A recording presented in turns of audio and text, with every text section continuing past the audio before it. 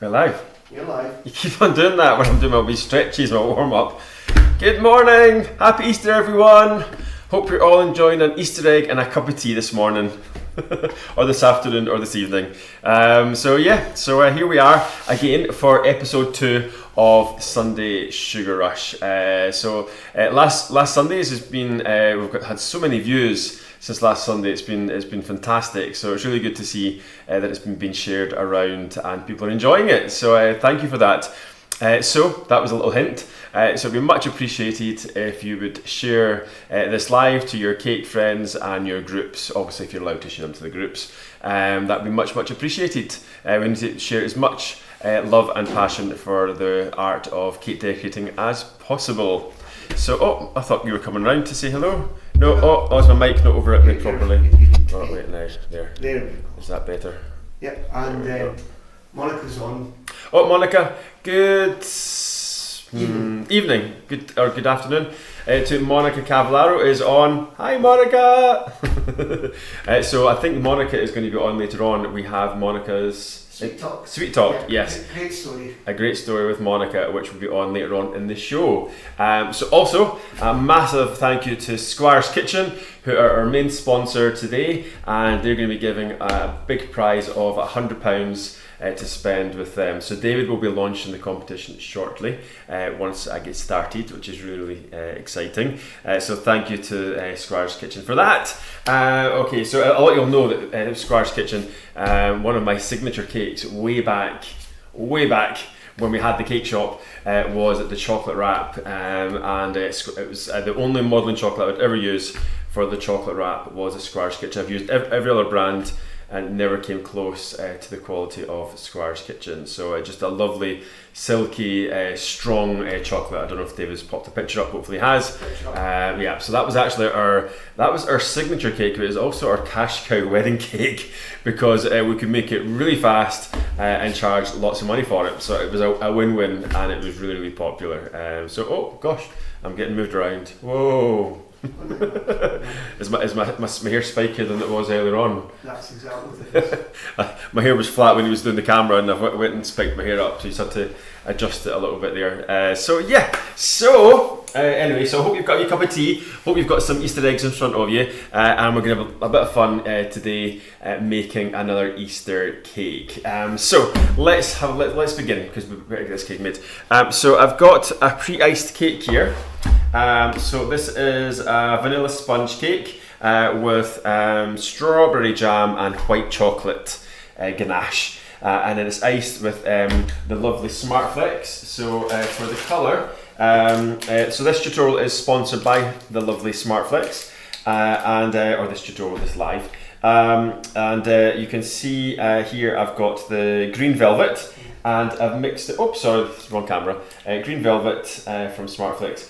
And I've mixed it with some of the white. Okay, so I kind of 50-50, and it's got a slight marble on it. I kind of stopped myself, and I thought, no, I'm going to go with the marble because it's quite nice. So, but what I thought we'd do is I would show you because we have people on here that maybe perhaps don't do many cakes, since this is live to the public.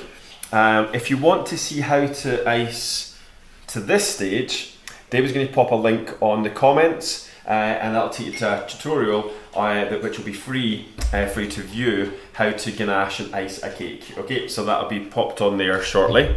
But I thought I'd show you how to do the iced board live. So a little bit of water. Don't use edible glue for this. Just a bit of plain water on there, and then we're going to get so you can see the colour. So that's the colour of the green when it comes out of the packet, and then you do a 50-50 mix, and you can see there. We get this paler colour. By the way, I went to put an apron on and I used them all yesterday.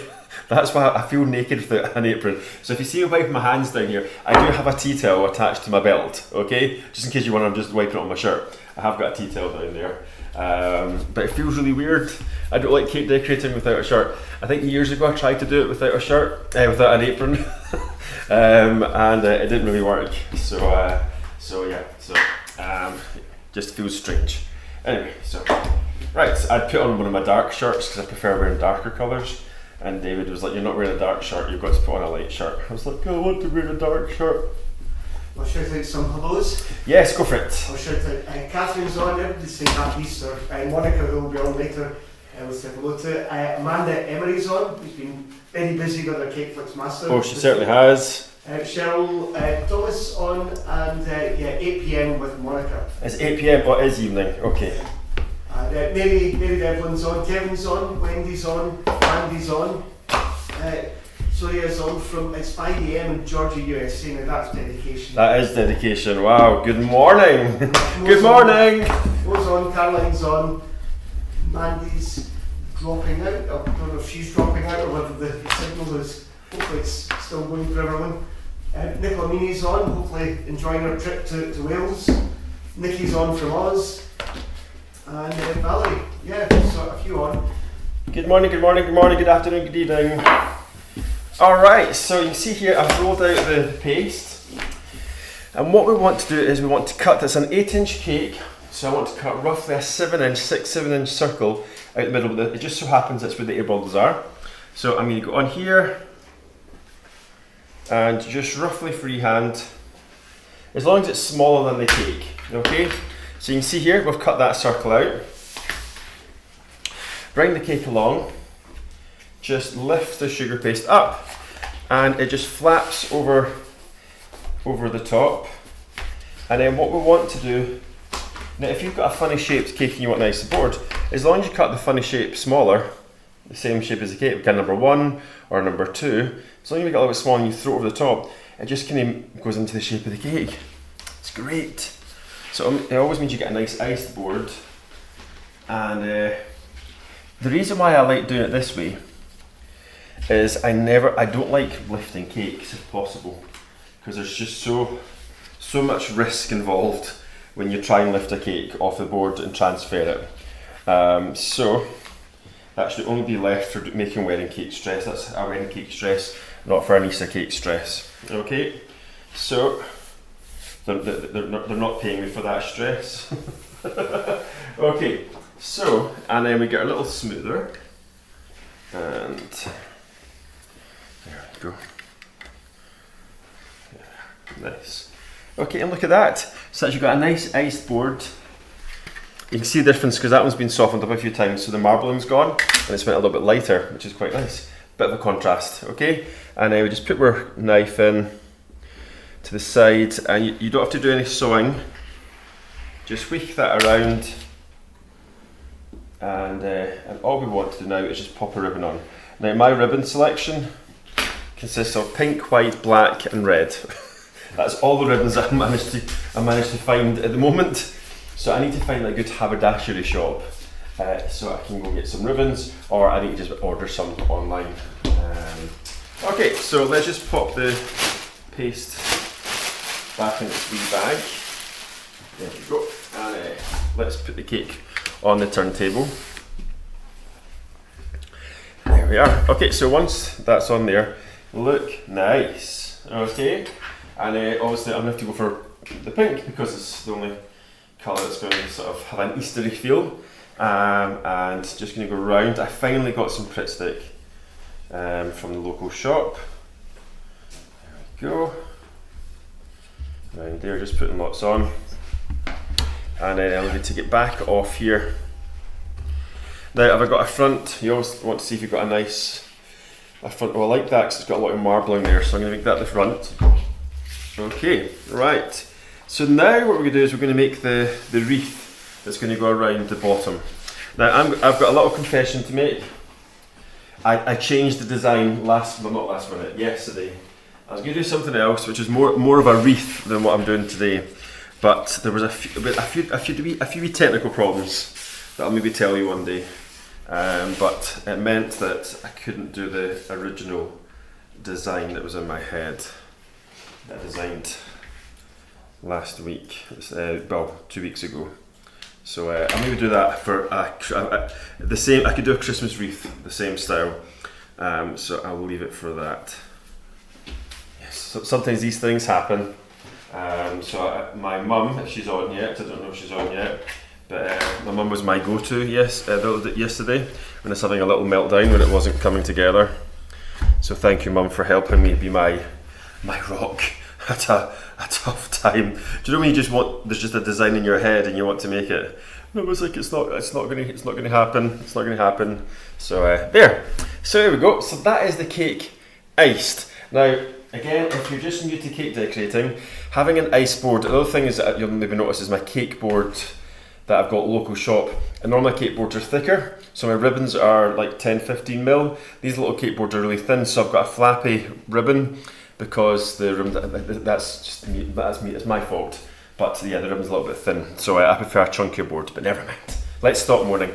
Okay, so I think David's going to whiz over to him next while I get prepared, because when we come back, we're going to get some buttercream out. Now, I don't do that much buttercream, but we're going to pipe some buttercream leaves around the side of the cake. We're going to make some daffodils and some little flowers. Okay, so I'll see you in a wee bit. Over to David.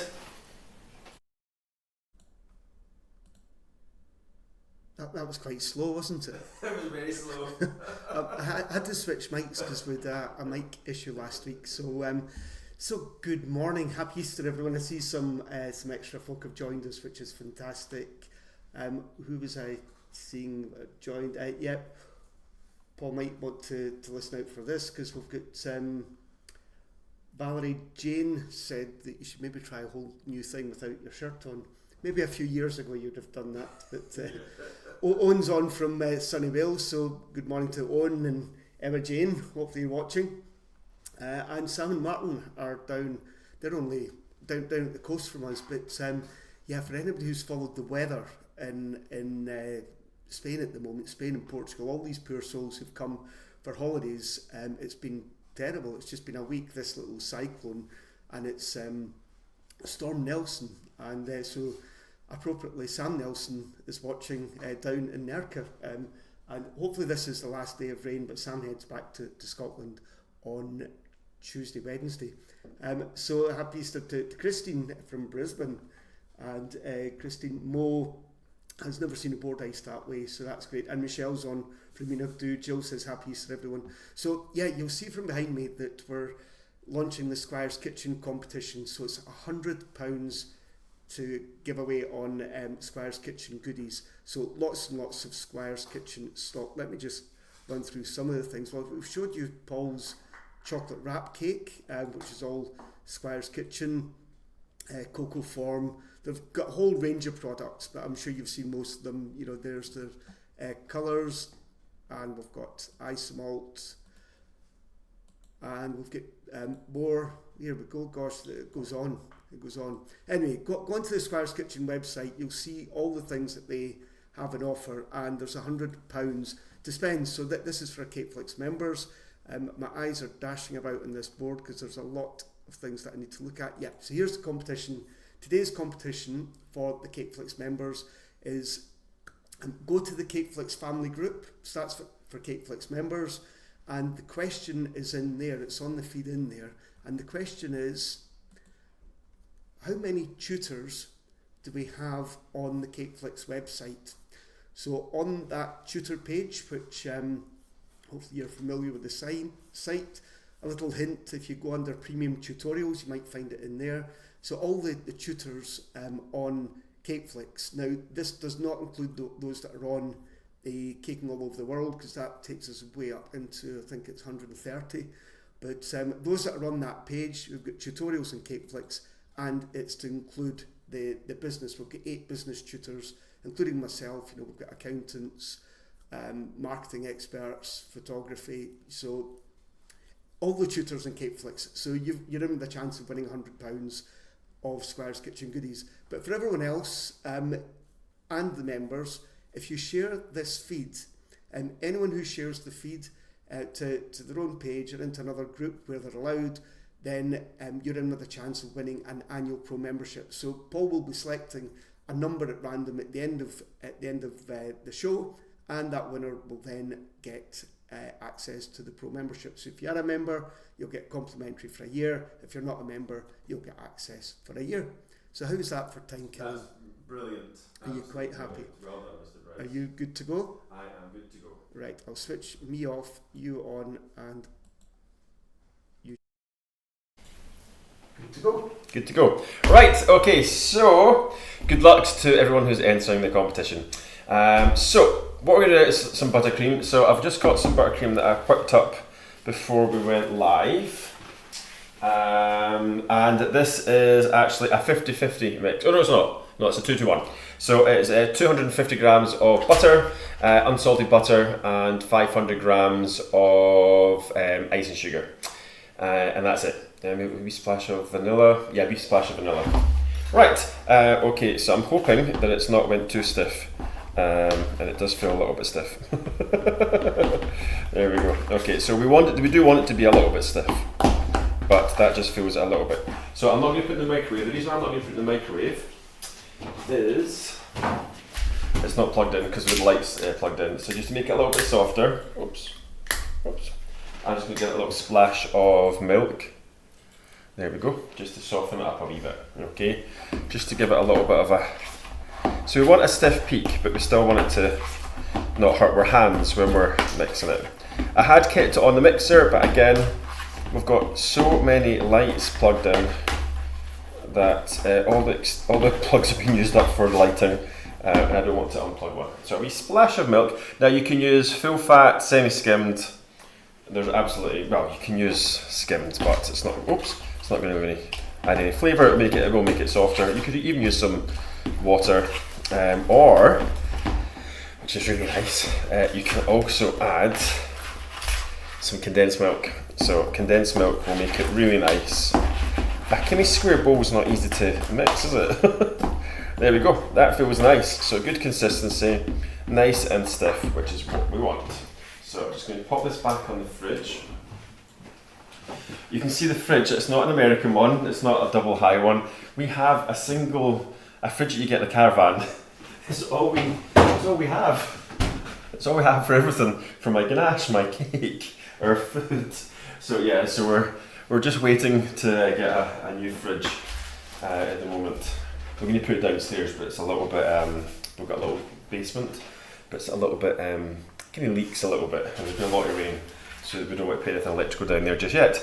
Right, okay, let's get started. So I've got my piping bag.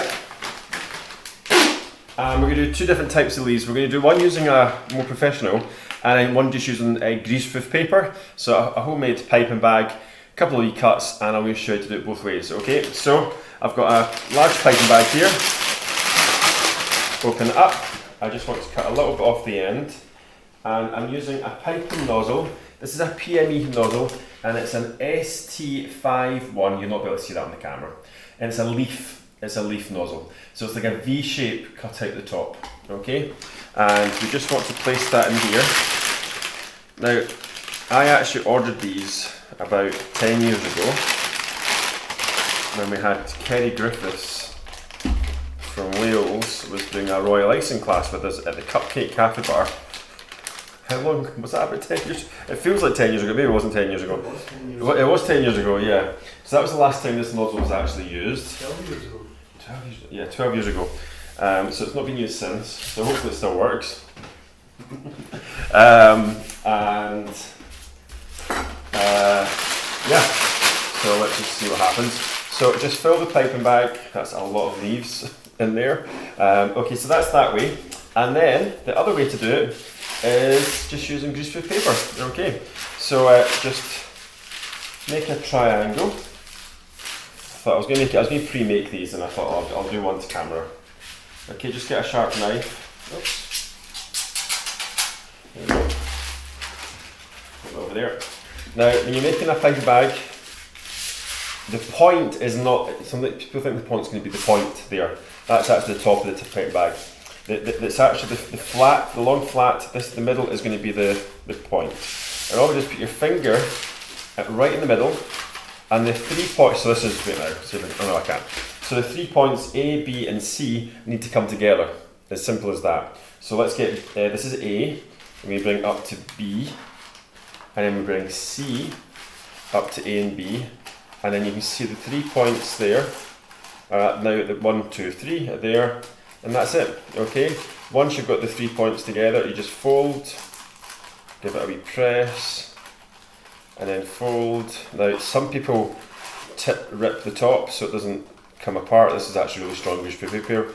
so I'm not going to be able to rip it. Okay, and there we go. So that's you got a homemade piping bag. All right, and then we want to do the same again.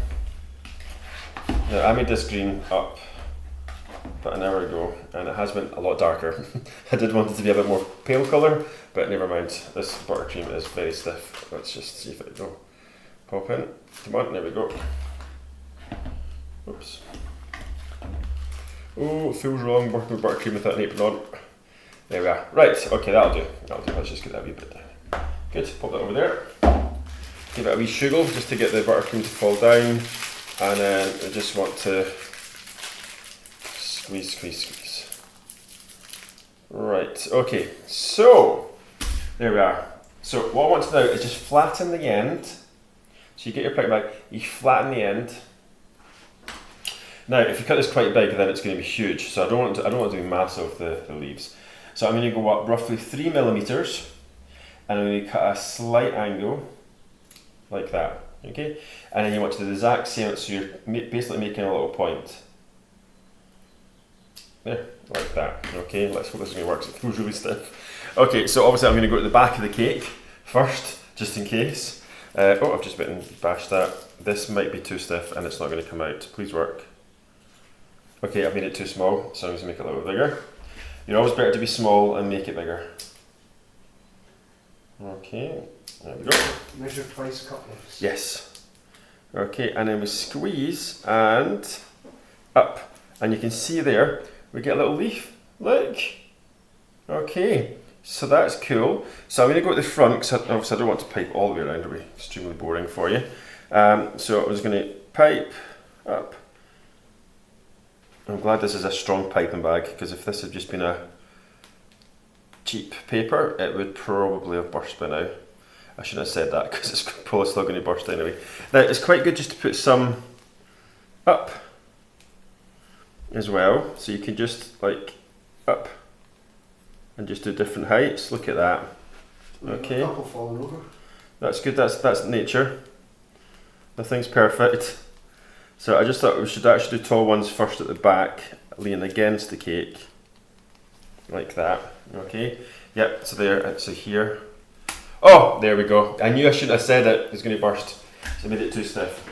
So that's good. We got the front done, and then over to the more industrial bag. I should put more milk in. Okay. So because it's quite stiff, it's because it's cold. I'm going to blame the cold. What you can do with the piping bags are much better is because what you can do is you can make two. You put a wee bit there. So I'm only putting a little drop in my hand, so I've got more power to squeeze. Okay, and then we go on again, and you can see here I can then make more. And what's happening is the heat from my hand is just warming up the buttercream. Okay, so just around there, like so. Okay, so just, now you can do layers, so you don't want to do smaller grass at the front, so we get that nice little garland or wreath, whatever we want to call it, around the side. Look at that, beautiful. Okay, there we are. Good, I'm going to do lots of more little grass at the front. Okay, and just want to build that up. Okay, so obviously if you're going to be making the buttercream, try and use it as soon as you've mixed it up, which then obviously stops that stiffness thing happening. Okay, I'm going to just add some more. Just, you can do little ones as if it's kind of three-dimensional. Got more of a 3D, but it doesn't have to just be all against the side of the cake. There we go.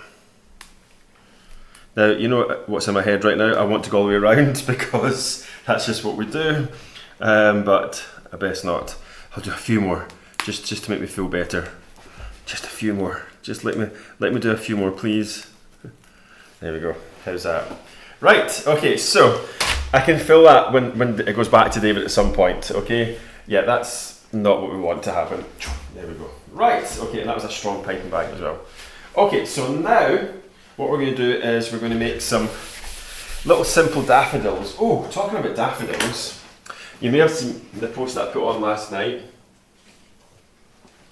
I'm surprised these haven't actually gone because of the humidity, because it's been so wet. So here we go. So these are waiver paper flowers that I did on Thursday night's live. So I need a wee drink of water. A wee bit of water with some buttercream on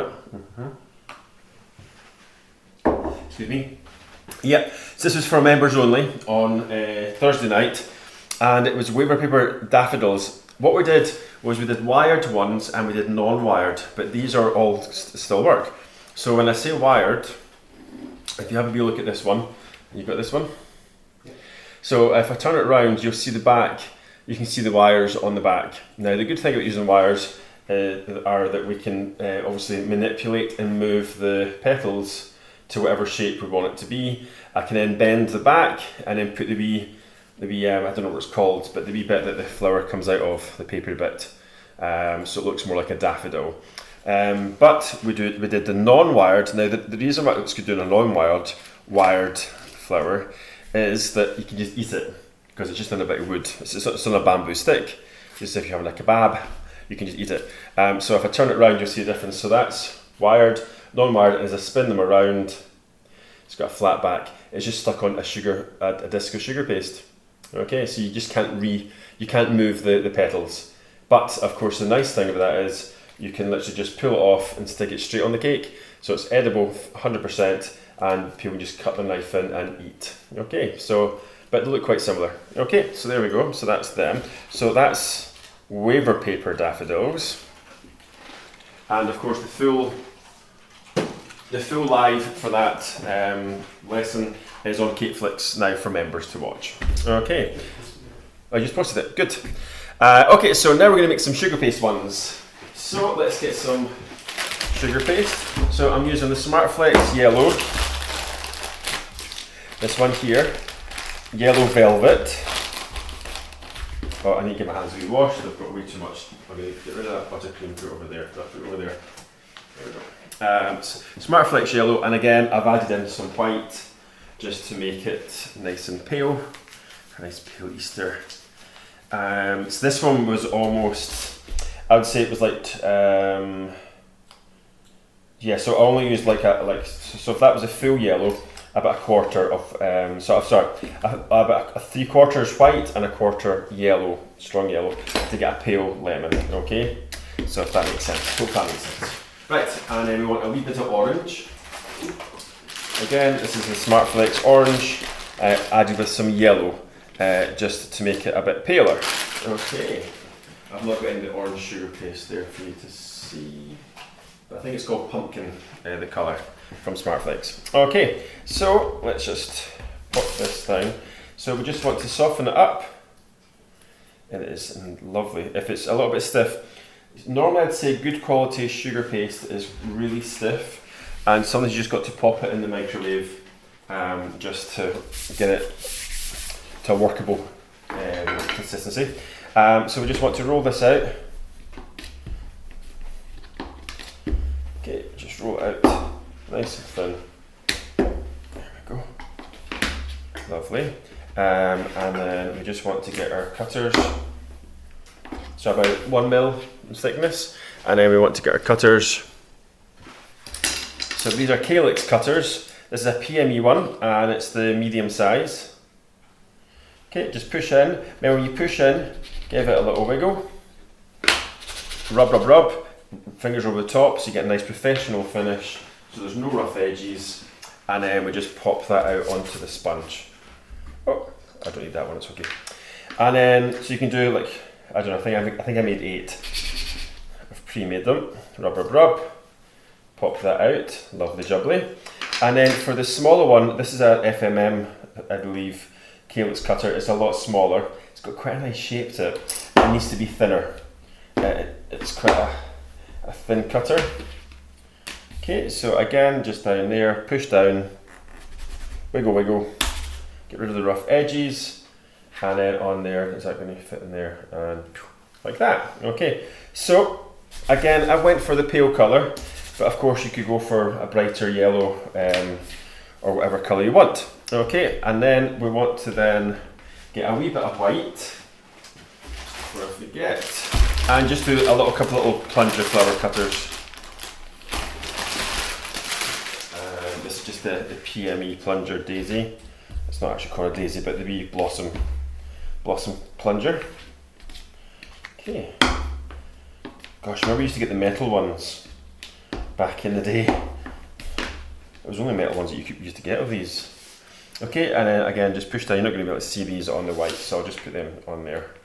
Okay, so we just want to do maybe, I don't know, 10 or so of them. Oops, flick that over. There we go, good. I just flicked over twice.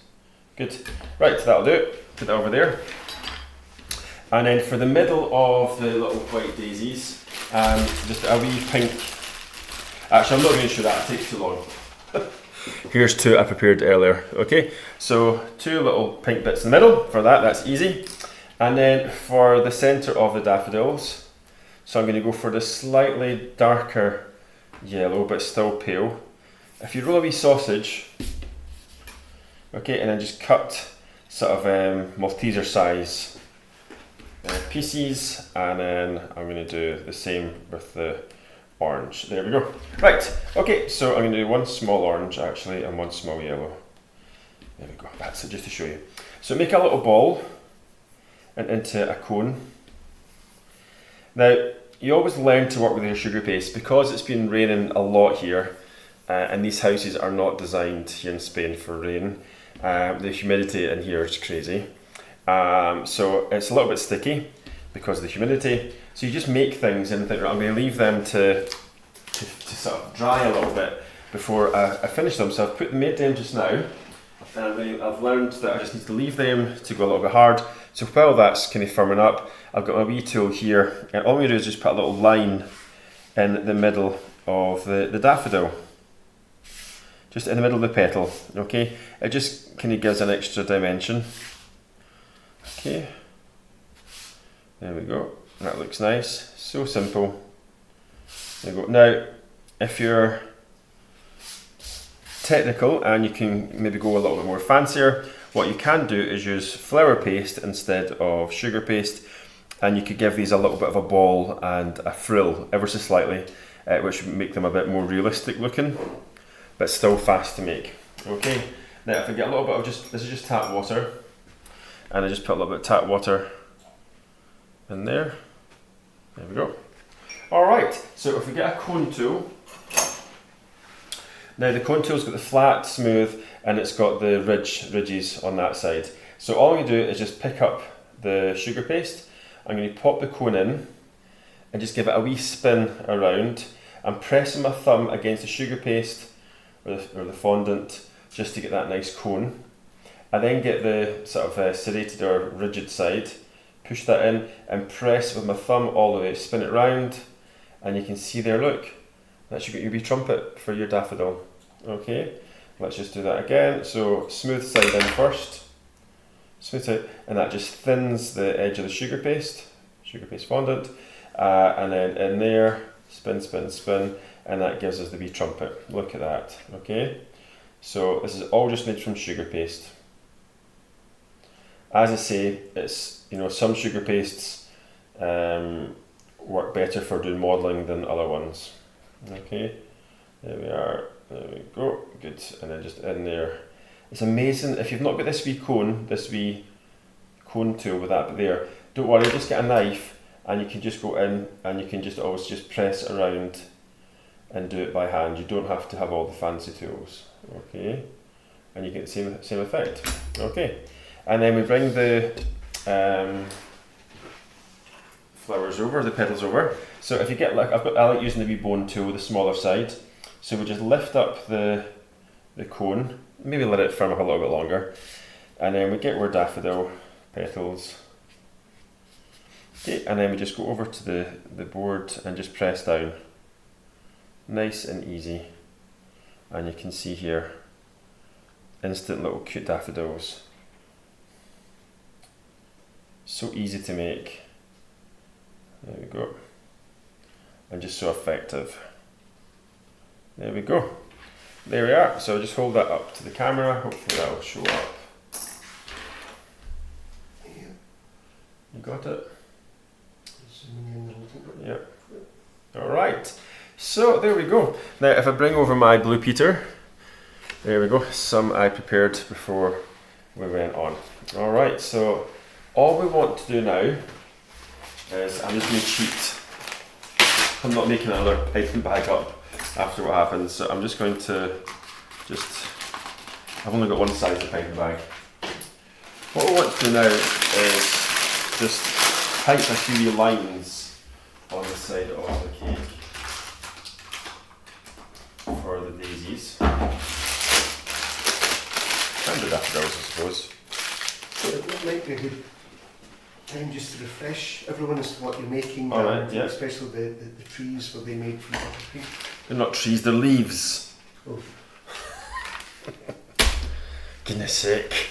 Right, okay, so if you're just joining us, happy Easter! Hope you're having a nice morning, afternoon, evening. So we've got an 8-inch round vanilla sponge with white chocolate and strawberry jam inside. Iced it with Smartflix sugar paste, 50-50 green and white. And we've just did a buttercream edge around there for my garland or my wreath style with flowers going all the way around, and we're making daffodils and little daisies at the moment. So I've got a little piping bag filled with green buttercream, and what I want to do is just do little lines coming up like that. Okay, just wee lines. Looks nice. Just dotted around. Okay, so you just like that. You can do long ones and short ones. Okay, I'm just hardly squeezing, just enough just to get a little bit of little snakes out. Okay, like that. And then we get a wee paintbrush, and then the ones that we made this morning before we went live, we just then want to put those little flowers on. Look at that, beautiful. Okay, so just popping them on. I'll just shout out, Elaine has just joined from Perth, Australia. Sarah Kunit's on, happy Easter, and Mum's on. Oh, Mum's on. Morning, Mum. Is Dad on? What's Dad doing? Oh, he'll be watching the football. He's probably getting his fry up. He'll be making his Sunday fry up. And Helen's on. Tony's on. Morning to you. Good. And Nicholas saying that these would also make lovely cupcake toppers. Oh, absolutely, definitely. Yeah, good. That's what I like. Yeah, versatile. And Michelle Farrell is watching while making a wedding cake. Oh, good. We're all working together. Nothing better on an Easter Sunday than working away, especially when it's raining outside. Okay, so that's the little date. Look at that already. Just doing those little flowers on there looks so nice and cute. Love it.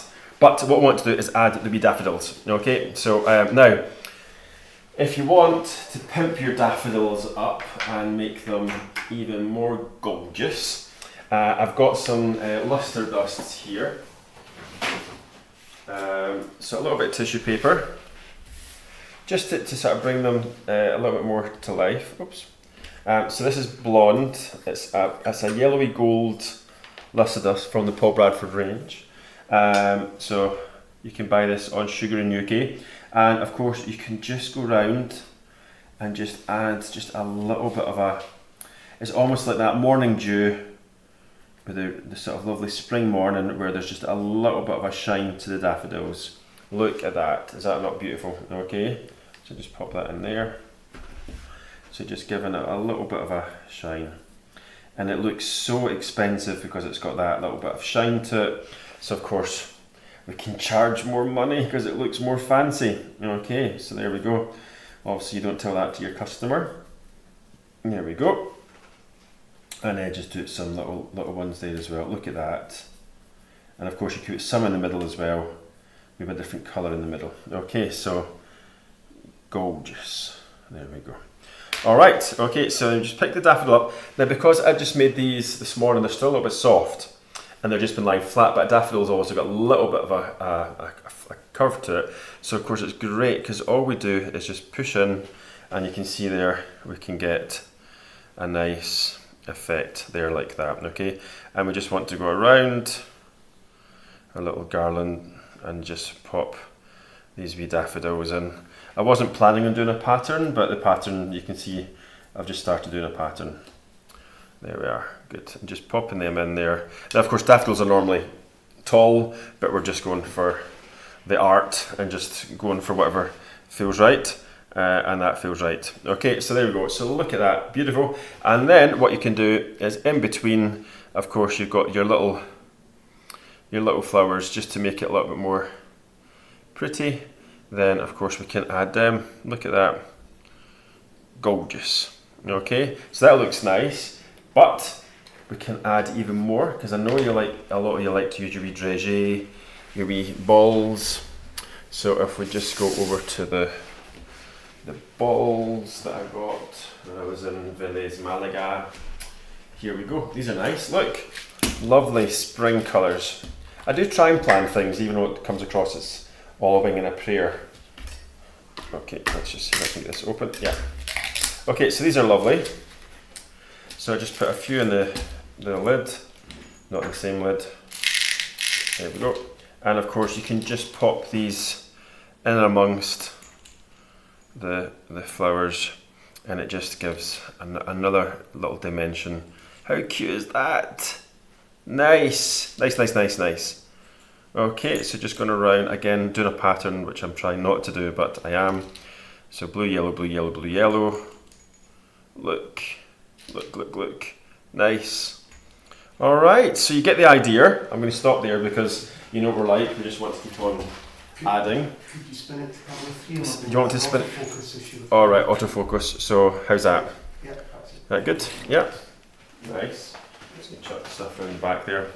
All right, so I'm going to now pass you back to Mr. Bryce, I think. Is that what we're decided on? Yes. Yeah. Just to give a wee tidy up, and when we come back, we're going to move on to making a bunny rabbit.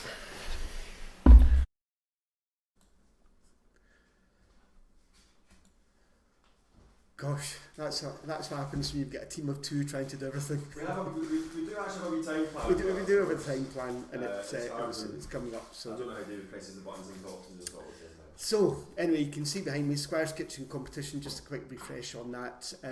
Go to the Cakeflix family group page. So what we've got coming up right now is the lovely Monica Cavallaro. So I can see just a couple of comments. Yeah, Helen saying it's 4:30 a.m. Gosh, up early. That's amazing. And yes, so I think it might have caught a few people out, especially those in the States and in Australia, because of course in Europe and the UK we all sprung an hour forward today, so we're now officially in British summertime or Central Eastern European Standard Time. So yeah, hopefully that didn't catch anyone out, but and you've probably all been eating Easter eggs. So lovely Monica Cavallaro, what an amazing person, artist, and again, just like Benny from last week, you know, she's on Sweet Talk. She shared, you know, her story, warts and all, emotion, and it just, you know, something that she spoke about a lot was, you know, this feeling of imposter syndrome, which a lot of people had and you know, suffered from, especially during then after COVID. So what we'll do now, while Paul's running that noisy tap, sorry. I'll put on Sweet Talk, and yeah, I'll leave you with Monica. We'll be back in 15 minutes, and Paul's going to get ready to finish this lovely cake. So see you in 15 minutes, and we'll leave you with Monica. So welcome to this edition of Sweet Talk, and we've got none other than the wonderful Monica Cavallaro all the way from Sydney. Now, Monica and her cakes have appeared in many Australian TV shows, and she's going to share that, how she got there, and lots of stories with us. So are you ready to get started, Monica? I'm ready to get started. Let's go. Good. We're going to so have a lovely crazy to old be time. here, by the way. Oh, you're very welcome. So I guess the starting point that we do with all artists is, how and when did you get started in the cake industry? I think my story is very similar to almost everybody else's, which was like my son was turning 1 and I needed a birthday cake, and I went to our local bakery, who is just wonderful. But I wanted an upright teddy bear cake, and we had like 60 people coming, and they quoted me like $650 for this teddy bear cake. And I was like, oh my God, that's so expensive. I can't afford that. That's crazy. I'll make it myself. So I think we all kind of fell down that rabbit hole. And, I went out and bought a Wilton tin because we're talking like 2009, 2010 here. Went and bought a Wilton teddy bear tin and I rebaked it 3 times. I piped the buttercream 6 times. It was 3 o'clock in the morning. I was crying, and I'm talking an entire box of tissues.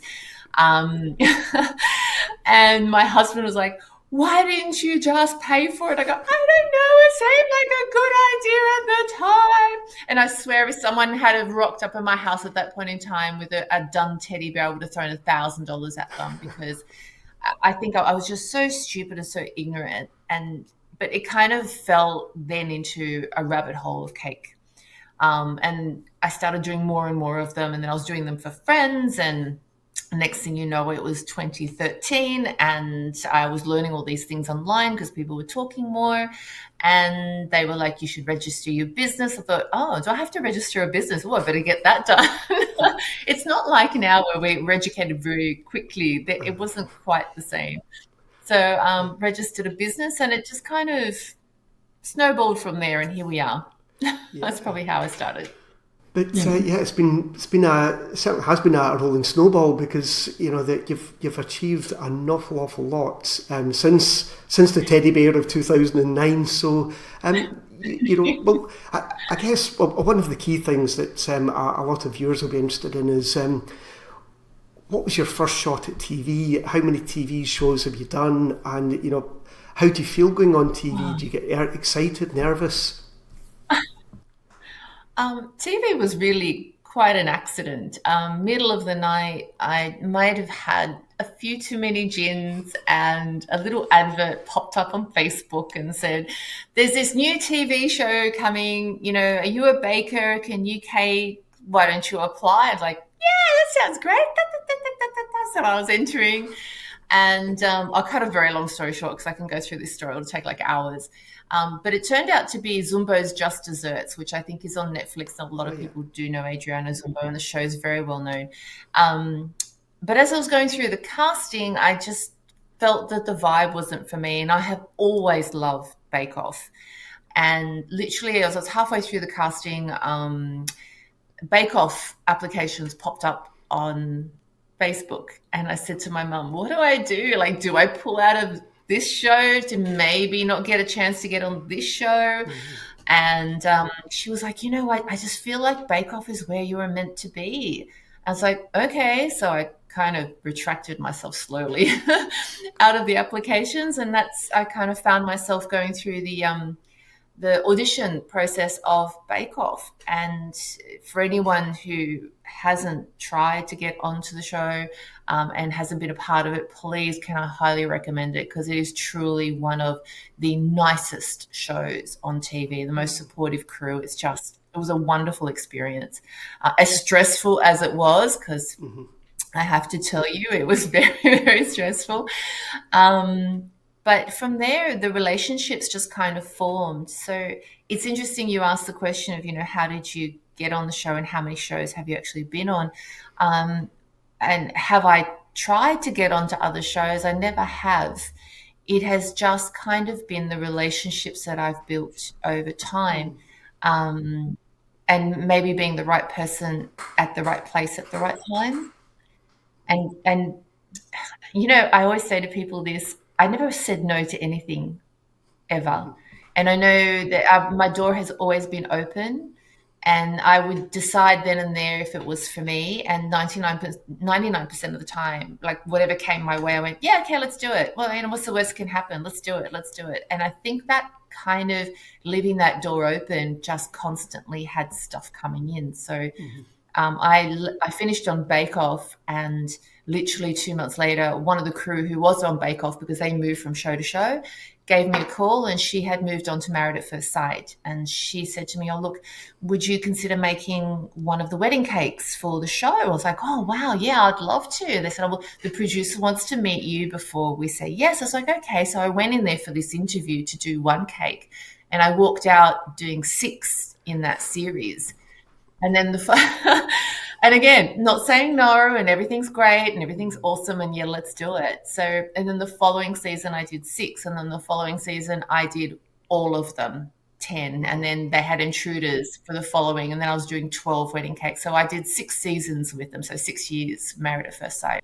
I was about to say I was so chuffed to be asked to join Caking All Over the World with the world's biggest artists. I mean, I got to talk to Nicholas Lodge. Like that was, and it was so devastated I didn't get to meet him face to face because we were chatting online before.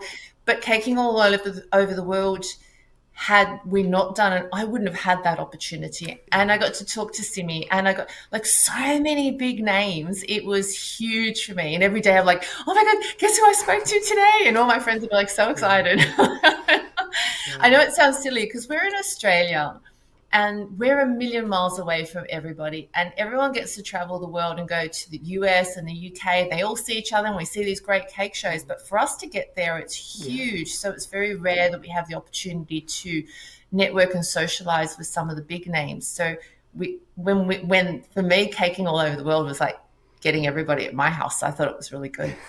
This question, and I thought probably the biggest challenge for me has been me and my head, and is understanding that the only limitations that I have is me, and the only one who's holding me back is me.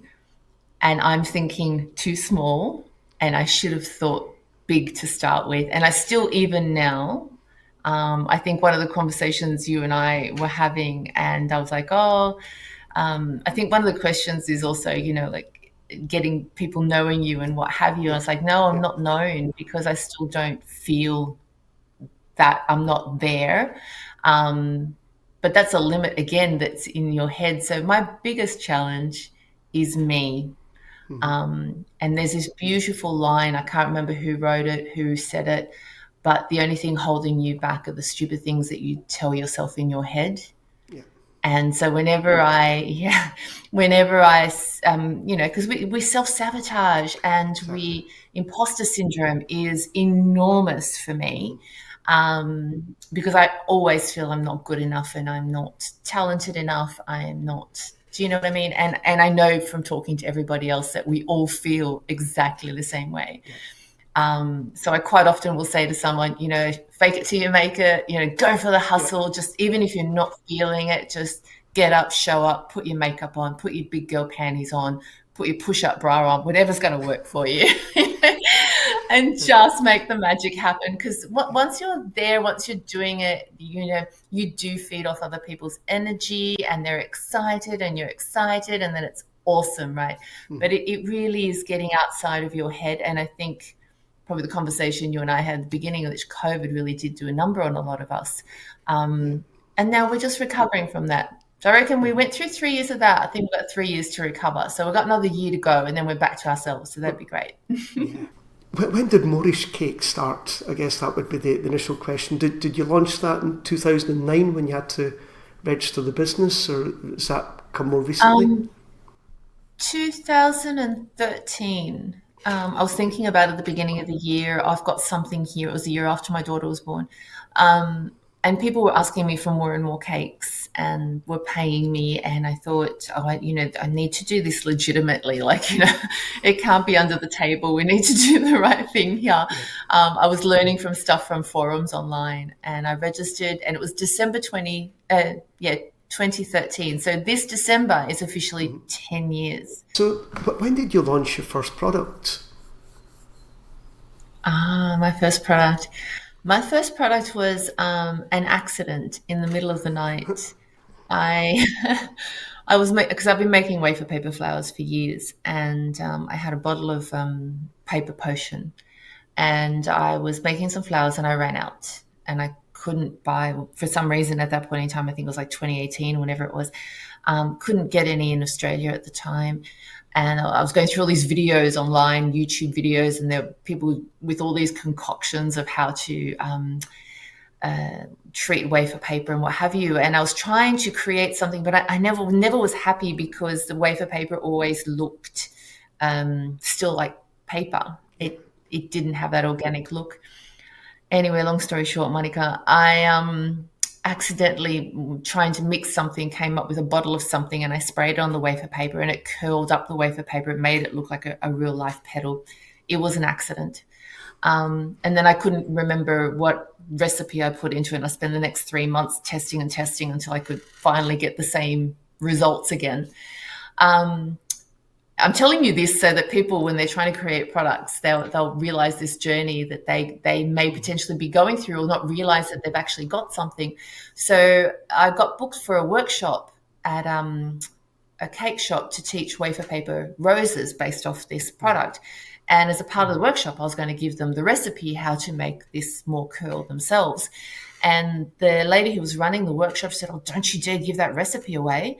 She said, "You've got something new. You know how hard it is to get something new." I was like, "Well, no, I was just going to give it to them as part of the class." She was like, "No, you need to make a product. And that's a product." I was like, "Oh, okay."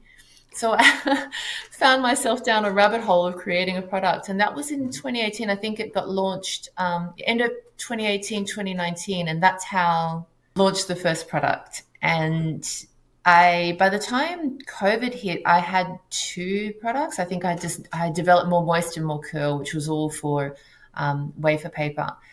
And then with COVID hitting, because my business was mainly cakes at that stage and appearances and workshops, it's funny how you mentioned March of 2020, the 6th of, or the third week, it was first weekend in March, I think it was like the 3rd of March, I delivered my last wedding cake. I say my last wedding cake because literally it was the Saturday, and the Monday, the whole world just turned upside down. And I still remember, I had about $30,000 or $40,000 worth of cakes, appearances, and workshops booked for till the end of financial year. So that was from March till July. Literally that week, everything was cancelled. Yeah. And I was dead in the water. And I mean dead, no income. And, I was very kind. Even though people were saying, "Oh, you should hold on to the deposits and what have you." No, I refunded people, and I just did the right thing by all my customers, or get them to change the date. So I was at home becoming a sourdough queen, and my husband said to me, "Look, you've got a couple of products, and people always want to make cakes the way you do. Why don't you create some more products while you're sitting at home doing nothing, so to speak?" And I was like, "Well, okay." So off I went, and here we are. Like, what are we now? 2023. I'm about to say 2013.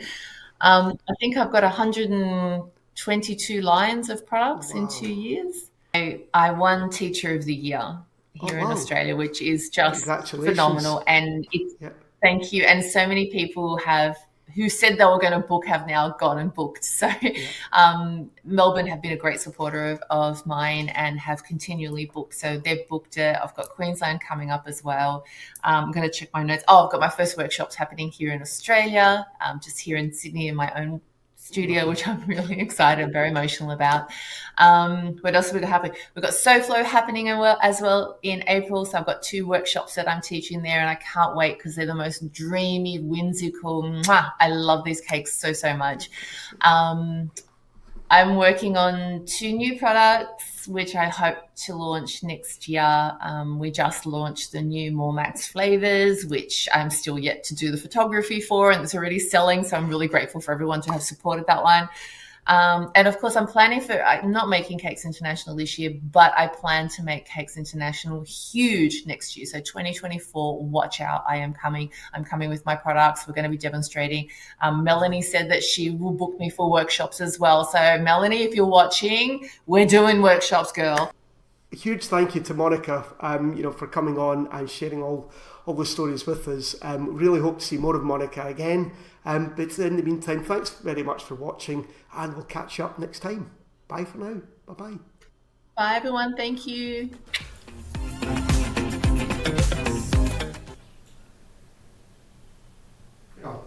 All right, so welcome back. So a massive thank you to Monica for doing the interview with David. You can now hopefully see why myself and David love Monica so much. She's such an inspiration and so down to earth, and to open up about the imposter syndrome, because I think a lot of us have that, especially in the sort of arty craft world. is just believing in yourself. So thank you, Monica. Love you lots. And I do believe Monica is coming to Cake International. I hope I've got this information right. So fingers crossed if she is. And if she is coming to Cake International, we should make sure she comes along to the Cake International. Comes to the Cake Flick stand and meets some of our members at the stand. That'd be lovely. Party. Oh, the Cake Flicks party! Oh my god, you've got a graphic? Oh, so hopefully Monica will be coming to the Cake Flicks party, and you'll become a little boogie with Monica. Monica is like, I feel like I'm always like the tallest one, but I've got to look up at Monica. She is so tall. All right, okay, so let's get back to the cake itself. Okay, so if Monica's probably going away now because it's probably like bedtime, so thank you, Monica, if you are. If not, hopefully you're staying on. Okay, so what we're doing is the bunny's head now. So actually, before I even get to that, I did pipe the cake when David was talking earlier on there, and I finished all the way around. Now you could just fit that is, you get a little Easter sign, put it on top. You could buy some Easter eggs, make a little nest, and of course just pop your little eggs on the top, and you've got a really nice little Easter cake finished there. Okay. You can make the nest. Part of the design that I was going to do that I didn't do was Weetabix. No, shredded wheat mixed with chocolate. You can make a little nest, put it on top, put the eggs on there, and that's you finish a really nice cake. Or that was Nicolemina's idea. That was Nicolemina's idea. I was going to use the vermicelli pasta noodles, what you can do is pipe some green up there, just like we did down there, some little flowers and some eggs in the middle. You could do that as well. Okay, so that would be a nice quick way to finish it off. But we're going to make a bunny. So I couldn't get Rice Krispie treats, or what I should say is I wasn't going to pay £6 for a box of Rice Krispie treats. So I got the next best thing, which is the chocolate version of the fakey ones for €2, which was a lot cheaper. So marshmallows, Rice Krispies. David's going to put a link to how to make marshmallow Rice Krispies on the comments at some point. And what we want to do is I made these up last night, and using a knife looked a bit scary there. And you mix them up, put the marshmallows in the microwave, and then you just, once they melt or go soft, you'd add the Rice Krispies, and you wax up your hands with some vegetable fat, and you can mix it all together. Okay, and it goes kind of hard. And what I did when Monica was on there, I just popped it in the microwave just to soften it back up again. It's great. So I can actually talk about why I've made so much, because I'm going to make another 3 batches of this. So tomorrow, there's no days off. Tomorrow we're filming. Positive. I don't have to break down the film set. It's the Olive Festival here in this part of Spain, and next weekend they have a big thing in the village, and the weather's to be good, thankfully, because it's not the parades haven't been good for the Easter. I said, David, why don't we do make a tree? So we're going to make an oak tree until Chloe in the village said, it's the festival for the olive trees and olives. So I thought, okay, let's make it an olive tree, which is kind of made sense considering we've got the olive trees outside in the garden.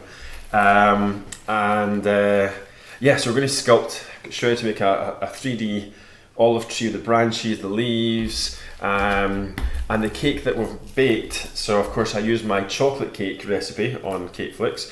David might put a link onto the chocolate cake recipe. What was I going to say? So instead of using normal oil, I got the local oil from Periana. Look, this is Periana olive oil, which is beautiful, really nice. So the oil press is just round the corner from us, so I just went to the oil press and bought a bottle, which is really cool. It was actually a good price, €7 for that. So if we're going to bottle our olive oil, I'm thinking €14, but we'll see what happens. When I thought €7, that seems really cheap for all that. Anyway, maybe because it was local, I don't know.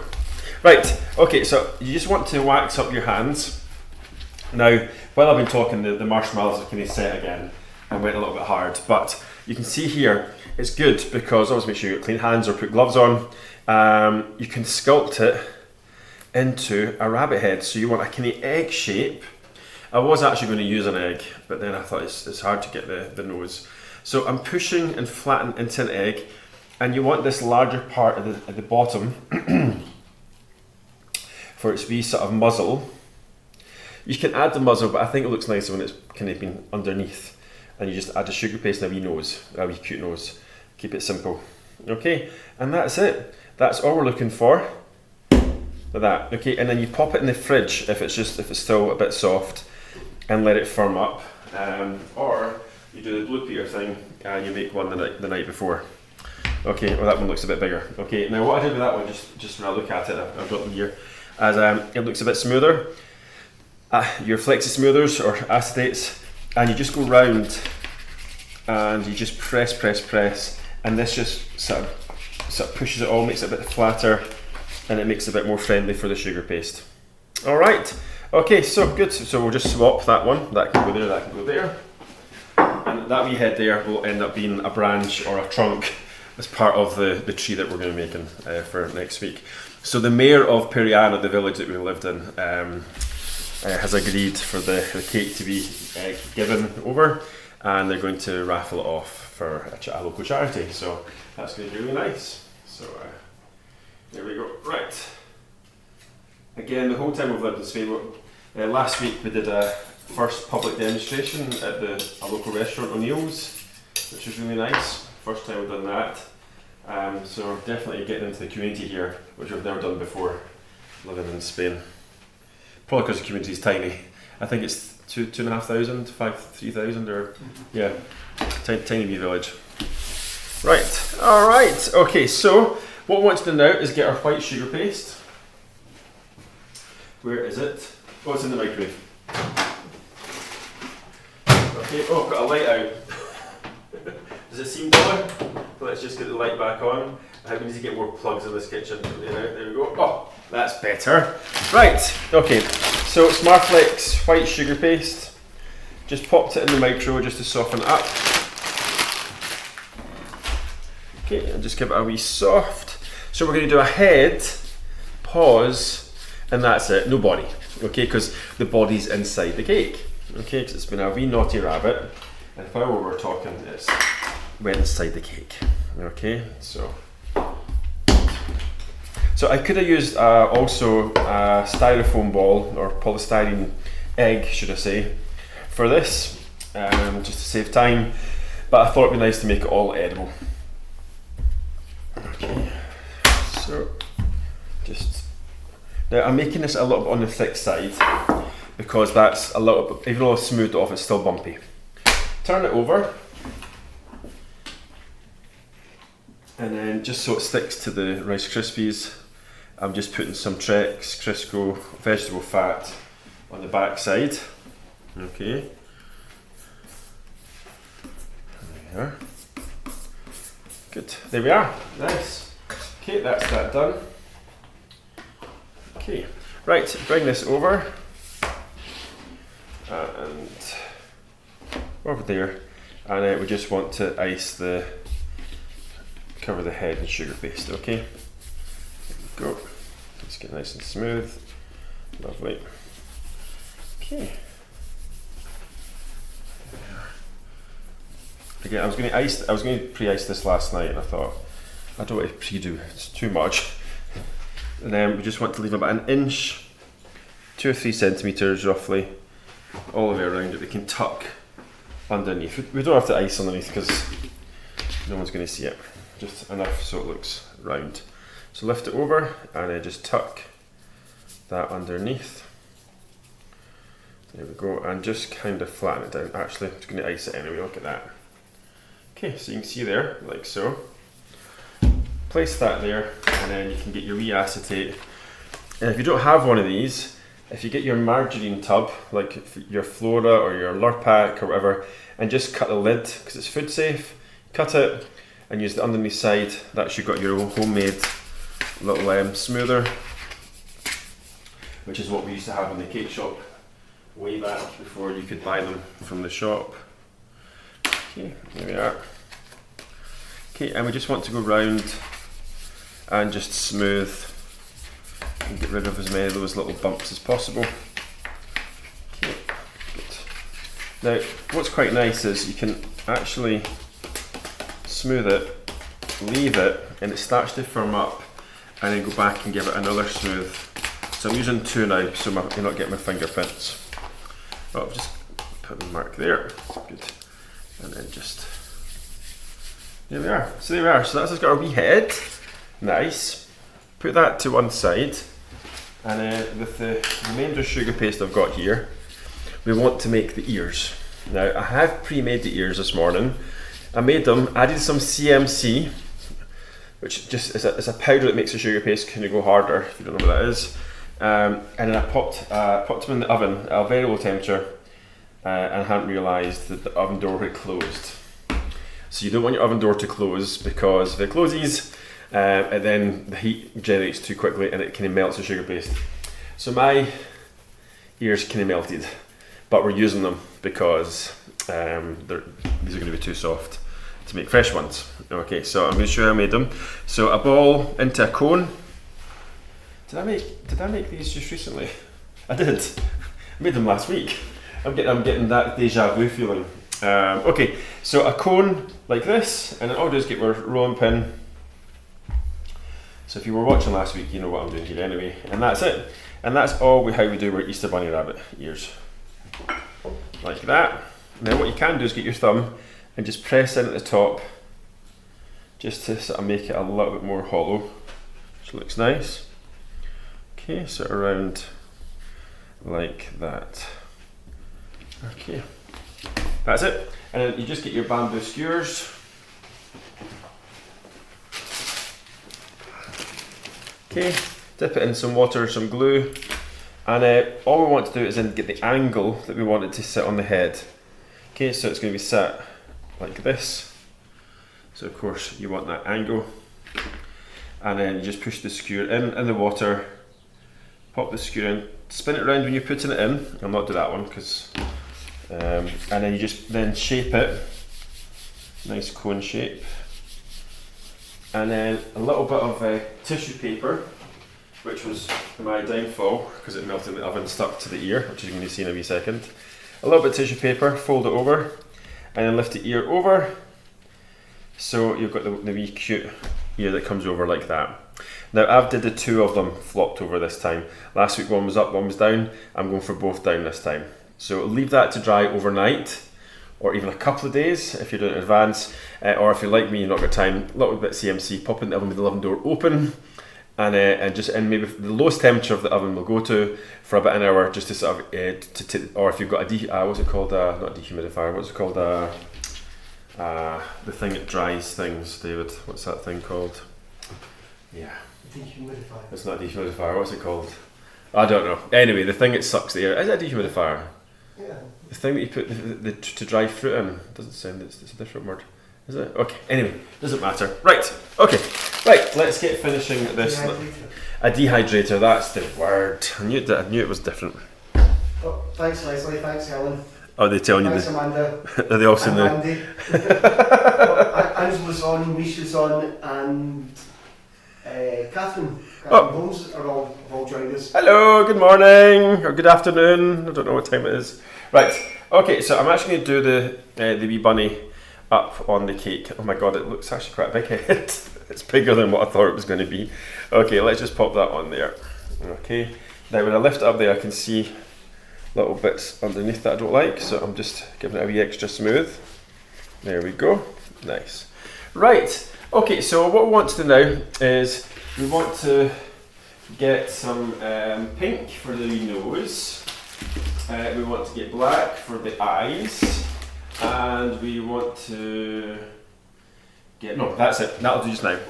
Oh yeah, we're going to be piping underneath there, so it's actually annoying me because I can see the, wait now. There we go. You can see the wee bumpy bits. There's paws going on, these paws are going underneath, but it's got to be look a little bit neater. There we go. If it was a Cake Flicks master, it wouldn't pass. So I've got to keep my standards up. Right, okay. So let's get the eyes and the nose on. So I'm going to get a couple of wee tools here. Do you know, I'm really missing having a dishwasher.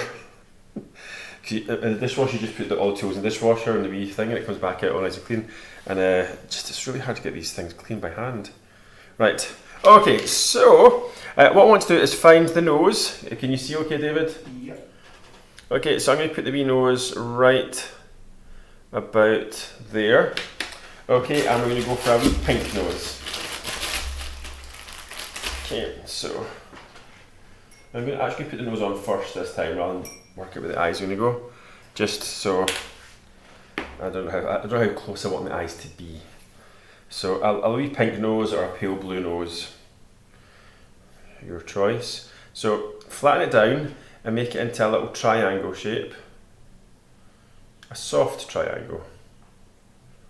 Okay, and I just want to push that on, keeping it nice and simple. There we go. Oh, looks like a bunny rabbit already. Okay, and then for the eyes, let's just see. I think I just want the eye there and there. Yep. So again, just pushing in. There we go. I'm going to do ovals, and I've just changed my mind and I'm going to go for round eyes. Okay, so there we are. Good. Right, we want to get a little bit of black for the eyes. Okay, a wee bit black, and we just want to put a little bit of water in there, and I just make 2 little black balls. So black sugar paste. Cut that in half. And we just want to pop the little eyes in. Oh, look at that. Just keep it a very simple little bunny rabbit. I'm not even sure if I'm going to give it a mouth, and just keep it like that. And it would be quite nice just to have 2 little eyelashy bits at the side. So rather than just push the tool in, I'm actually going to use wee bits of sugar paste and just place them in there. Tiny little bits. Teeny tiny.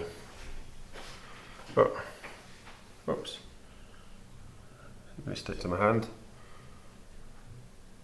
Yep, there we go. So really tiny. There we go. There we go. It just gives it a wee bit of elegance. Okay, so just on there like so. Oh, there we are. Pretty. There we go. So I hope you all have a nice Easter so far. Is anyone going out?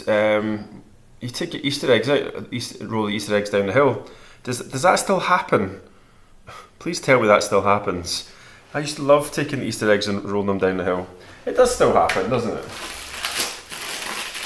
It's got to. I remember you used to throw the Easter eggs down the hill, and then of course you maybe designed a few painted designs on them, and then it was always at the end when there was that one it wouldn't break. You just started to throw it down the hill so it would smash. There we go. Or maybe that was just me. There we go. Right. Okay, so I think we need little eyelids. No, eyebrows. Yeah, did you used to roll Easter eggs down the hill? Yep. Yeah. I thought it was a waste of a boiled egg. A waste of a boil. Oh, you like your eggs, don't you? I like my eggs. So did you? So where would you? Would that be Perth, or was that Dunfermline? Oh, Penny. Yeah. So I'm just putting little white eyebrows on, just keeping them quite. Oh, that's the sound effects in the background. Mr. Yogi Bear's getting restless. There we go. That looks cute. Good. I feel like it does need a little mouth. I wasn't wanting to do a mouth, but do I want to do a little line down? A little line down. Let's just see, and maybe just a wee smile. Just a wee smile. Nothing too big. There we go. I wasn't going to do a smile, but now I have done a smile. Now, the last bunny rabbit I put whiskers on, and as soon as I put them on, I regretted it. So we're not doing the whiskers today. Just little dots. You've got to use your imagination with the whiskers because it's all edible, and the pasta's quite chunky. Okay, so there we go. Now, let's get my Blue Peter, my very rough looking ears that have got tissue paper stuck to them. Never mind, the joys of alive. Okay, so pluck the tissue paper away with the tweezers. There we go. So whoever gets this cake, well, I suppose it's tissue paper, it's food safe, isn't it? Anyway, what I want to do there is get my dusts, and do I want to go for a luster dust, or do I just want to, no, let's just go for a colour, it's pink. So this is the pink, and a little brush. There we go. Okay, so I just want to get a little fluffy brush, little flat head, there. Okay, and we just want to get a little bit of a pink hue, just in the middle, okay? I was going to put sugar paste in here, and I just thought, actually, you know what, I don't want it to be too heavy. Actually, sugar paste would hide the tissue paper now that I think about it. I could put the sugar paste on top, but anyway, I'm going with the original design in my head. Okay, so there we go. Is everyone still watching? Yeah. I'm just worried in case they're eating their Easter eggs and not concentrating. No, Angela's just said that the rolling of the eggs represented the stone being rolled away, because today was the day that the resurrection, isn't it? Oh. Back in I'm not that religious, I'm going to confess, so I'm not sure. I like the chocolate side of it, the commercial side. So yes, about rolling the stone.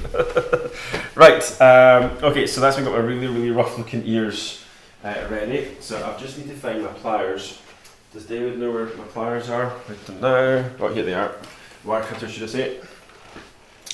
Okay, so, oh, that's a shame, but never mind. I don't want to put them in now because they look rough, but I just got to go for it. Okay, now, before I put them in, it's always best to make a hole to make it easier to insert. So I'm just going to push in. Now, it's going to go all the way into the cake just because they're quite heavy. Is it a cantilever? Is it called? There we go. There we are. And then we want to get the other one in. Those are our big ears. That's the thing, you make something that's beforehand hoping it's going to match when you put it together, but I think it's got a cute factor, hasn't it? So okay, now I'm just going to put a little water actually. Okay, there we go. I don't think I put any water in there, just a little bit of water in there. Okay, there we go. Right, so there we go. So that's the massive ears in the wee bunny rabbit. Are you okay there? Oh, she's got a wee bit of tissue paper coming out this. She's just been cleaning her ears this morning. Right, okay, so what we want to do now is, we want to do, I was going to do a little bit of dusting around the side actually, like a gap, because there was like a hole. Now I've ran out of black dust, so I've got night blue, and I've got antique walnut. These are my luster dusts that you can buy at Sugar in UK. Remember, the best dusts on the market. Look at that, that's a beautiful one. That's lovely, that's nice and dark. So let's just see. So that one's called, which one's that again? That's my night blue. And then we've got antique walnut, which is like a dark gold. There we go, lovely. Now let's just see which one works. Just go inside. I just wanted to look as if it's dug a hole around the side of the cake. I think actually I'm liking the blue. There we go. Let's go around there, just to cause a bit of a shadow around.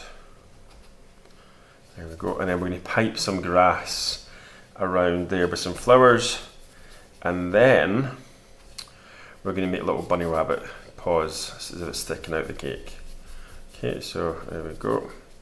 Oh yeah, that looks good. I was going to add the antique, but I'm just going to leave it with that because that actually is enough to get the imagination working. Look at that.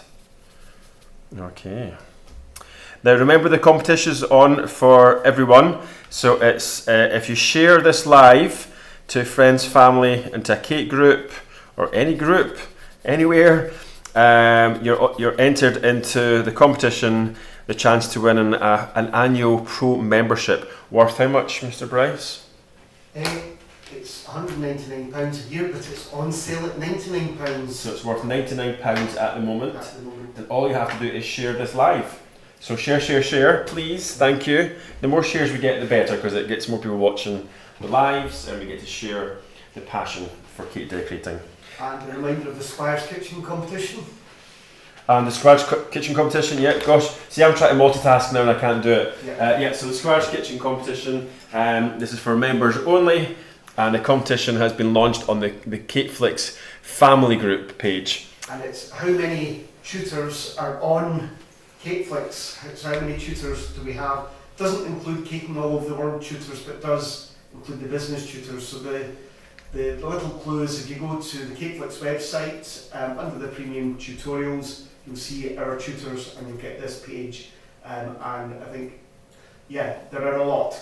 So I've just put a little bit blusher on, I put it on a bit squint, which has annoyed me. I can't actually find the pink that was in literally 2 seconds ago. How have I managed to lose it? Wait a minute. Trace my steps back. No. Oh, it's there, right in front of me. Right, okay.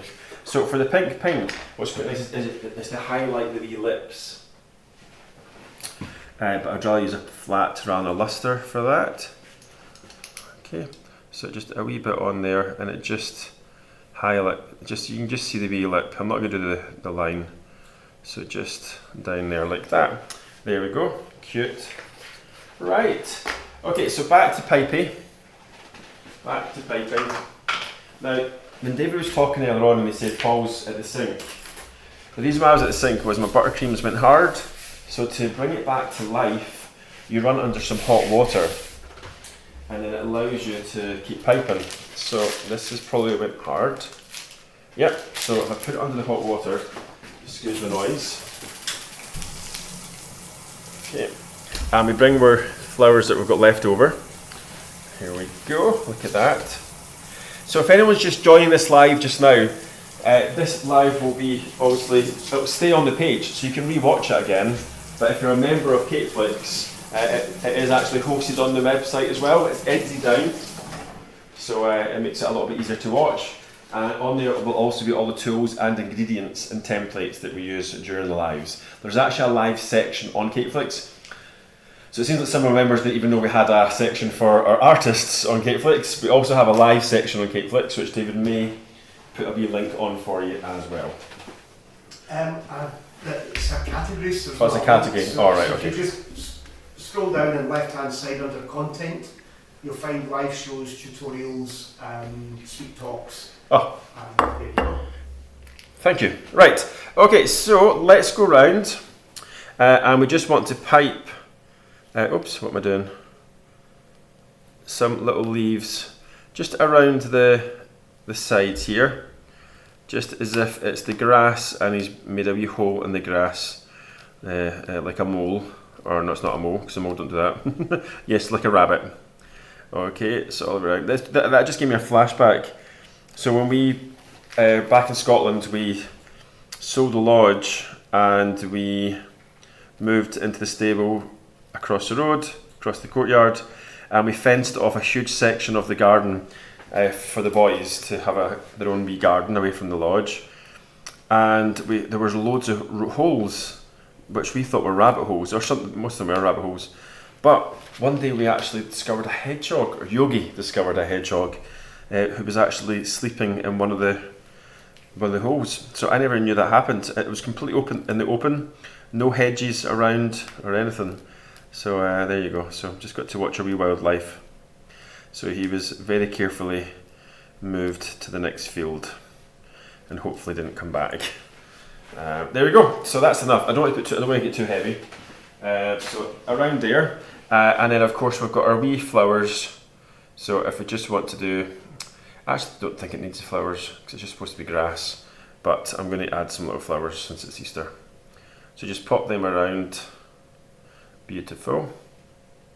There we are. Okay. And then all it's left to do is make his little pads. Okay, and I'm going to use that sugar paste that we used here. Oh, that's a great idea because of course I've still got to do that. Yeah. So what we're going to do is that we're going to now hand you over to Michelle Pattinson, or some of you might know her as Mish from VS Cakes. Now Michelle has been very kind and filmed another bite size for you guys, especially for you guys. She was busy doing it yesterday in the shed, and it was a lovely blue sky day in I was going to say Yorkshire. Yorkshire, yes, in Yorkshire.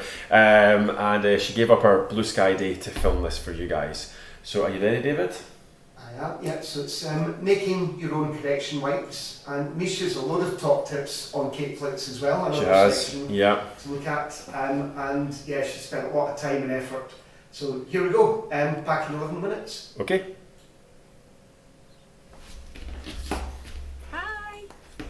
Hi, I'm Mish from VS Cakes. I hope you're enjoying the Sunday Sugar Rush show. Thank you, Paul and David.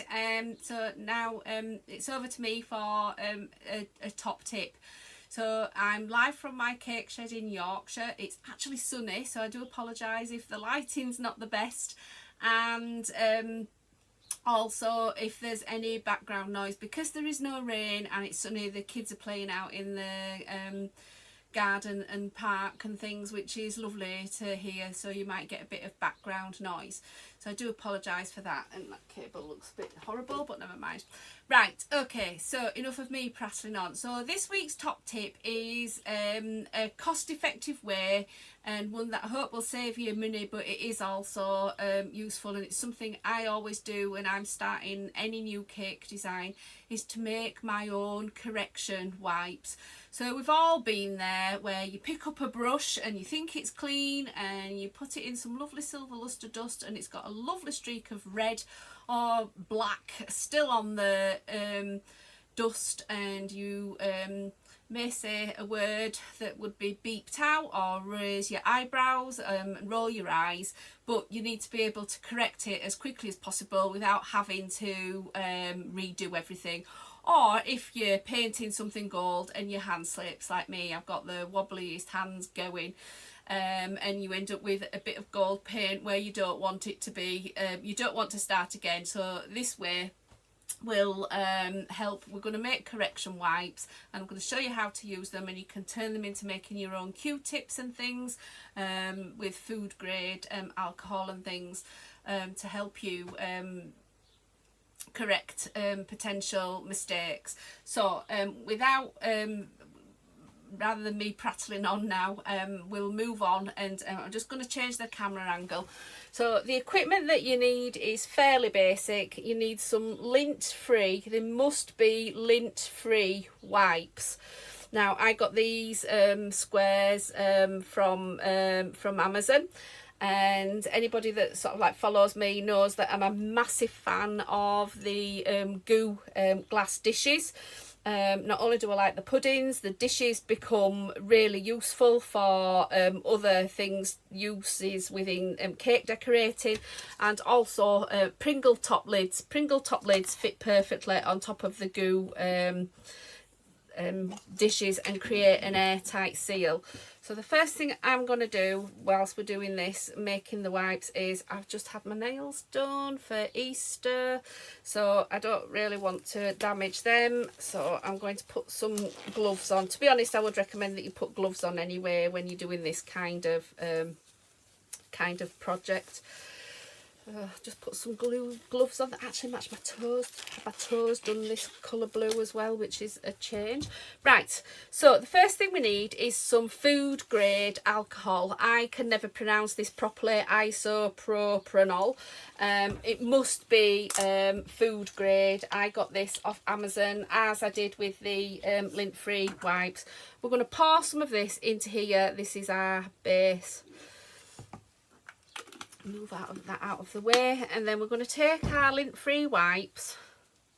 I do this at the start of any cake so that I know that I've got them. I'm going to soak each the wipe in and squeeze off the excess alcohol and pop it into what's going to become our storage pot. I'll do a few so you get the idea.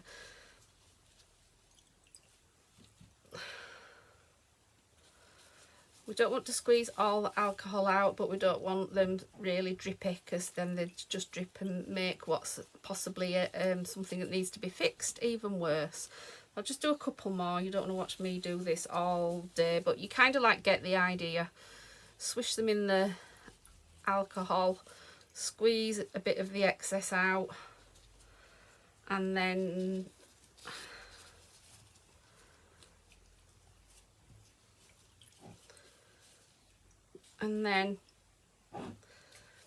pop on the airtight lid. Now you could hear that, I don't know if you could hear that, but that's created an airtight seal as that Pringle lid on that go dish, so the alcohol is no longer going to be evaporating. I use these for luster dust and gold paint and things, so I've got these lined up with different colours, because then it saves the dust, because it's expensive. So I made this paint this morning, and you can see it's still liquid, and it's liquid enough for what we're going to need it for. I made the paint by in fact, have I got another one? No. I made the paint by mixing luster dust with my favourite lemon extract. You can see this jar is well loved, and I love using lemon extract for making the gold paint, because not only does it smell amazing, it also gives a bit more of an extra shine to your metallics if you use lemon extract rather than rejuvenator. And this, like I say, the smell is wonderful, and once you get that smell, if you use it often, it's like, yay, I'm getting to the nice part of decorating my cake. So I am going to take these gloves off now, because for the next bit I'm going to assume that we've made a monogram. Now normally I'm just going to show you how I would make a monogram. So excuse the false nails, I would never cake decorate with false nails normally. In fact, let me get some different gloves with no alcohol on. Feels a bit strange. Feels a bit strange with false nails. I don't want anybody complaining, so I'll put extra gloves on again. Back with this time with the black ones. And then they're covered. Right, okay. I've run out of the pretty blue ones. I think you can get pink ones now as well, but I quite like these black ones. Right, so we've got our gold paint. I've got a piece of sugar paste here that's actually 50-50, so it's 50 sugar paste and flour paste. I've cut it with an oval cutter, and I am going to use one of the an M here to impress to make a monogram. This M that I'm using is from the Weddings font, which was created for Weddings Posh Frock Shop. It was a font that was designed by Emily Hankins specifically for making monograms, and it was done by Sugar Press. So pop your letter on there, press, make sure it's in, and we've got a lovely M imprinted. Now this paste is soft. Normally I would leave that to dry overnight before I start painting, and but I've not got the luxury of that. I just get a little piece of kitchen roll. So I want to paint this monogram so it's gold. Now I've got a piece of kitchen roll here for a reason. I'll just pop that there under that pot, and I've got a really fine brush. Now I'm going to dip this brush in this gold paint, and I want to paint inside this monogram. What I shouldn't do is dip it in the brush, wipe off the excess, and then go direct onto here, because you are going to get errors and things. So dip, dab off a bit of the excess, and then paint within the lines of the impression that you've just made. Now I do not have a steady hand at all, so if I'm painting I normally support I'm right-handed, so I support my right hand with my left hand. Now let's say I'm painting this and it's all going swimmingly well, and then oops, I've gone over the edge. it's like, oh no, I've gone over the edge, I don't really want to do that. I need to correct that as easily and quickly as possible. So our pre-made wipes, I would take one of those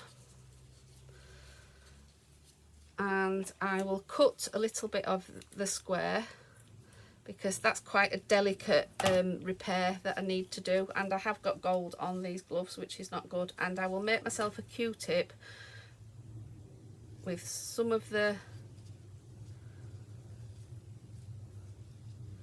stuff that we've just done, and I will use that as a Q-tip to correct and wipe away that mistake. And voila, my mistake has gone. Once the alcohol evaporates, you've corrected your error, and you can carry on with your painting. Pop your Pringle lid back on so that alcohol doesn't evaporate from your correction wipes, and carry on with your painting.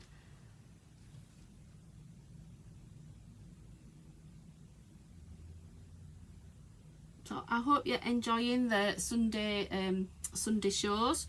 I've got some cool top tips lined up and some product reviews to do. If there's anything that you'd like to see a product review on, just let me know, or anything that you're interested in having tips on doing, also let me know, and I'm sure I can fit those in. But this one is it will save you money because it's cheaper to make these yourself, and look at that, perfect gold monogrammed M that you can stick on the side of your cake, and a perfect cheap way of being able to correct painting errors. So yeah, so that's this week's top tip, how to make your own correction wipes. So that's it from me this week, a nice short tip. So I'm going to hand you back now to Paul and David in the studio. Just one thing to say, happy Easter everybody. I hope you're all having a wonderful day, and thank you for watching.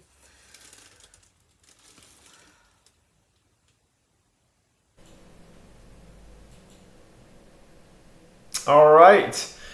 Well, thank you very much to Michelle. I always say Michelle and not Mish, but I know she likes to be called Mish. So thank you to Mish for filming another top tip. You're looking fabulous, by the way. Yeah, she's doing really well there. So I need to get some top tips on that as well from Michelle, because she's done really well. She's looking great.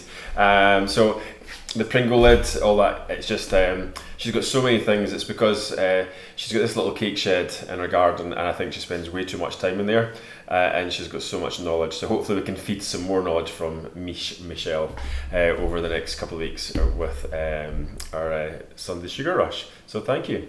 All right, so hopefully you can get back to your Easter now, Michelle, and hopefully Andy can get some cups of tea and some Easter eggs. Right, okay, so now, I'm really terrible at doing promotions because I just like to make the cake, but part of doing these free lives on the Sunday Sugar Rush is obviously to promote Cake Flicks. So we've got a 14-day free trial on right now. So there's going to put a link on the comments. So if you're not a member of Cake Flicks and you would like to learn how to make cakes, we are one of the world's largest online cake schools with over 1,500 full-length tutorials. Plus you can see all different things. We've got cake calculators. We have our interviews that we do. We do lots of little things, like we did the daffodils in our Facebook group. Once a month we do a live just for members only. And of course we have all these amazing cake artists from around the world that also film for Cake Flicks. So loads there. And we have everything from beginner baking tutorial right up to lovely wedding cakes and moving cakes, spinning cakes. Yeah. This week I've got an interview for Sweet Talk with... Yes, so David's he's interviewing the one and only David Close. David Close, if you don't know that name, is the head judge at Cake International, has been for a long time. and he is like the top of the tree. So David is going to be interviewing David this week coming. So that will be another sweet talk coming up soon on Cakeflix. It's going to be part of there's going to be a coaching for gold sessions. Oh yes. With Cakeflix members. So Miriam Pearson's kindly volunteered to help with that, and I'll be asking David this week. So Coaching for Gold is helping our members prepare for Cake International, get their cakes up to a really high standard. I was going to point to that, but that is definitely not a gold standard cake. Getting their cakes for gold medals at Cake International. So that's going to be exciting. Yeah, so that's coming up soon. Okay, so back to a more simple design cake. So to finish off the cake, we've got a couple of things. We've got the pads to put on and a wee bow, and I think some Easter eggs is needed on Easter Sunday. So first of all, the wee pads. So I made these while Michelle was on there. So I'll just quickly show you how we made them. So if you just try, I never weigh things, I just use the eye. So I just go up, I get a little bit of sugar paste and say, does that look big enough? I think it looks too small. So then I go back, add another wee piece, and that looks good. Okay, so happy with that, to make sure you get two the same size. And all I want to do is a wee chunky cone. Okay, a wee chunky cone, like that. Okay. Oh, I managed to get chocolate from somewhere. Anyway, luckily it's just a wee tester one. So a wee chunky cone, give it a press down, and the flat that bit there so it can slot underneath his chin. Okay, like that. And then just get one of your cake tools with a wee, or the back of a knife, and we just want to do a little line, two little lines for the wee bunny rabbit. Look at that. Okay, and there's two clean ones. Okay, and then for the pads, it's actually the same, so a little bit bigger, so maybe 1.5 times the size of his front paws. Same thing, press down, make the same shape, but press this one down, so we get a squished, it's like an Easter egg shape actually. There we go, Easter egg shape. Nice and easy. And then for the wee pads, you can see here, so I just get one larger ball, so you make one large ball, and then 3 smaller ones, okay? There we go, make sure they're the same size. And then give them a wee press down before you put them on, okay? Okay, and if you work fast enough, you don't have to use any water or glue, it should just stick on, okay? So there we go. And then once they're on there, again the back of your knife or one of your wee cake tools, and you just push in to create the little pads, the wee paws, like that, okay. And then you can see the difference between these two and this one. Can you see, I went round with the pink dust, it's the pink dust. So just a pink tone dust will do. Not a luster, just a coloured dust. And then all I do is just go round and round and round and round and round and round, and then just there, like that. And it just kind of gives it a little bit of a softer feel, which looks really nice. Alright, okay, so let's attach. So I'm going to turn these upside down and pop a little bit of water on there. Okay, and let's just pop the wee paws in. Okay, that looks cute. There we are, good. And then we want to turn these around. Now these are quite heavy, so these might be a bit more tricky. So I'm going to put the glue, I'm going to put water on, just water. And what we'll do is we'll let that go tacky for a wee second before we attach them on. So that'll just let the sugar paste dissolve into the water. Put that to one side, and then what we're going to do is make a wee bow, because she needs a little bow. Okay, so I rolled a bit of flat sugar paste, and all we want to do is cut 2 sort of chunky rectangles, and then 2 slightly thinner ones, or 3 thinner ones actually, like that, okay? So now I've got to get the stitchy tool out. When you're making a bow, you've got to use the stitchy tool. So it's the wee wheel, and oops, and all I want to do is just put a wee stitch. This is me trying to make a small bow, but I've got a feeling it's going to be a big bow. Okay, and the same with the tails. Okay, there we are. Good. Okay, so this one as well. Okay, so I'm just going to pop these round and cut them so they're the same size. Okay, so roughly like that size, works in any size of bow, and then you just turn them upside down. Good, and then just get a wee bit of water, and I'm going to put the bow this side. There we go, and a little bit of water on there and there, and you just fold them over, fold over, and you just give it a little pinch at the end to make the bow. Okay, it's hard to see, but so just like an S, spin and press. Okay, so you can see there we've got the little bow there, and then we need the tails. So cut and cut. Nice. So the tails actually want to go on first. Okay, so I think I've made this huge. Get smaller. Again, just give them a little pinch and pop that on. A little pinch. There we go. And then some more water up there. And let's just see, pop that wee bow there. And there. There we go. And then this huge bit that I've made here is just pinch and pinch, and that's bit just to hide the messy bit in the middle. There we go. Alright, so just pop that on. There we go. And again, a wee bit of dusting wouldn't go amiss, just to make it look extra nice.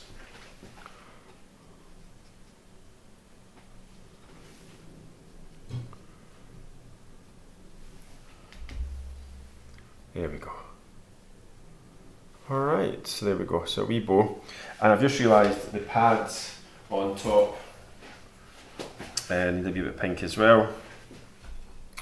So just a wee bit pink there. That looks nice. And alright, so hopefully now we've got that wee bow made, we can get the wee front paws, back paws stuck on. Oops, there we go, just clear all this mess out of the way. Right, these went, yeah, nice and sticky. Okay, so now we've got some flowers that might be in the way. Let's just see, take that one down. So we want a wee pad there, and a wee one. Let's move that flower out of the way. Oops. This wee flower there, like that. Good. I'm going to just put that wee flower back there. There we go. Put that wee flower there. I feel like it needs a wee flower just there. I don't know why, but let's just go up with that. Wee flower just in there. And there we go. I think we're finished. No! What's missing?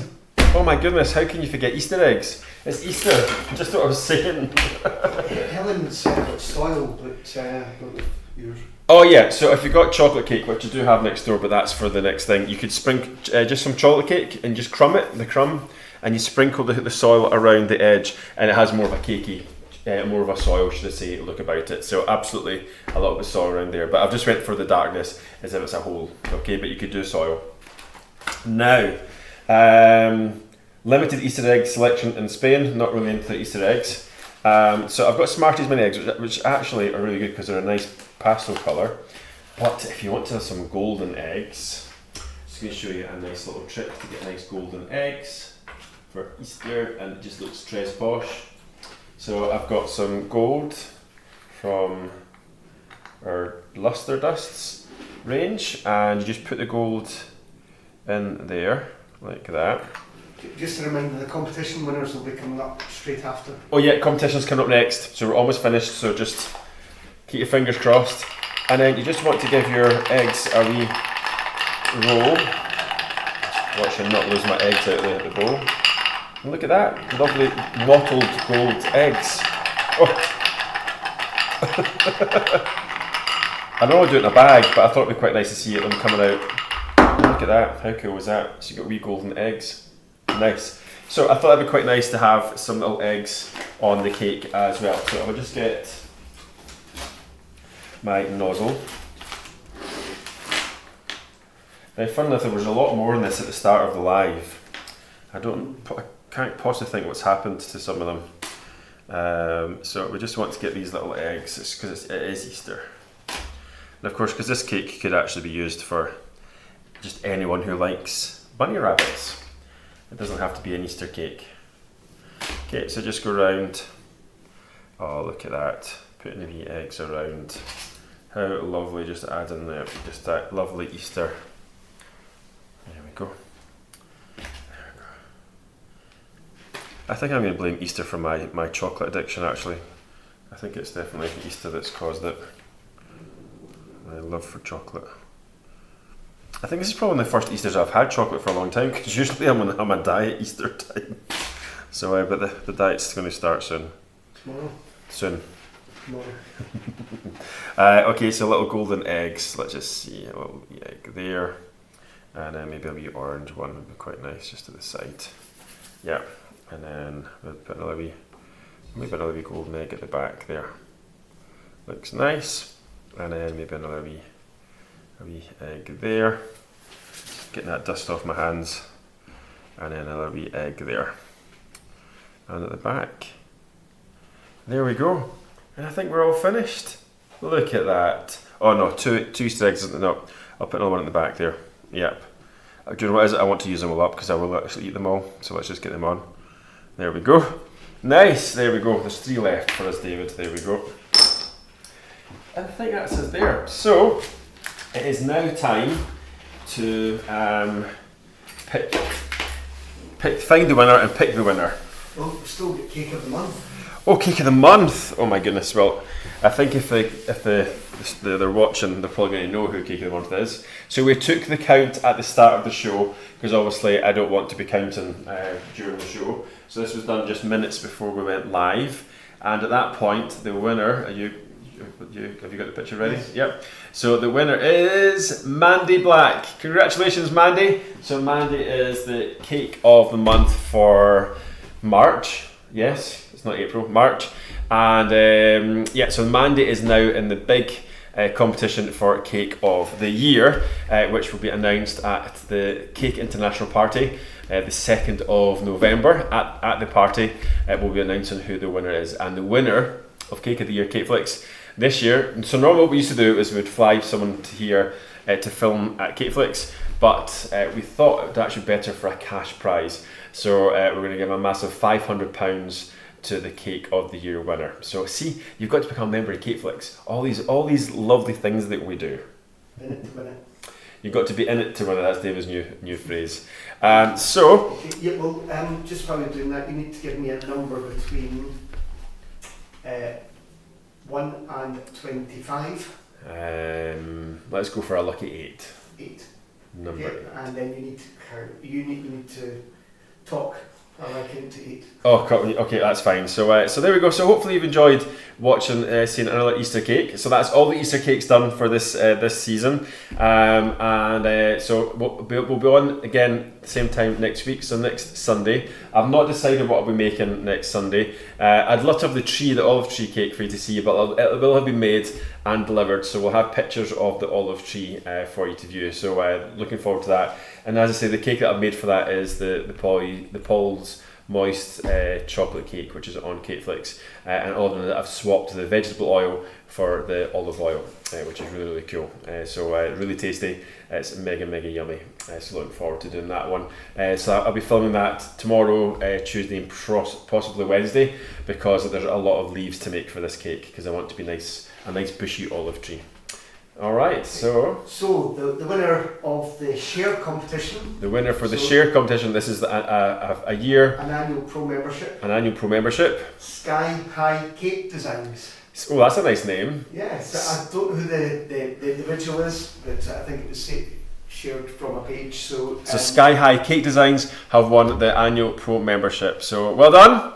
And the competition to win the Squire's Kitchen. £100 of Squire's Kitchen goodies goes to, in fact, the correct answer was 95. So far, we have 95 unique cake tutors who film tutorials for cake flicks. So 95 international cake tutors from all over the world. All over the world. Wow. Eight are business, and the rest are all cake. So 95. That's a lot. That's a lot. And so some amazing names in there, Shona McGreevy, and anyway, go and have a look.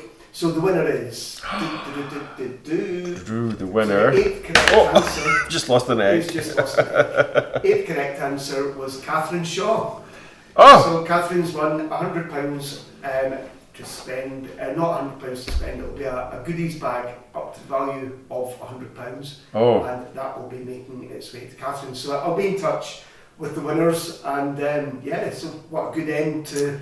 How cool was that?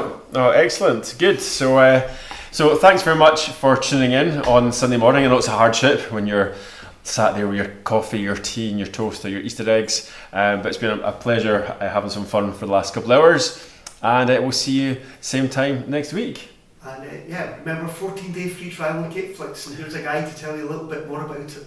So what makes Cakeflix different is the fact that we release regular content every single week, and we've done that now for over 12 years. So of that regular content, we have over 100 artists from all over the world, different skill levels, from cupcakes, sugar flowers, chocolate work, we've got baking, you name it in the cake world and the sugar world, it is on Cakeflix. One of Cakeflix's biggest achievements is that we're 6 times Best Learning Experience winners from the Cake Masters magazine, otherwise known as the Cake Oscars. And Paul, in 2022, became the People's Choice. So hugely proud of those achievements, and it's all voted for by the cake community, which is amazing. So one of the key things about Cakeflix is that we answer emails and our support emails 365 days a year, which we've been doing for 12 years, haven't we?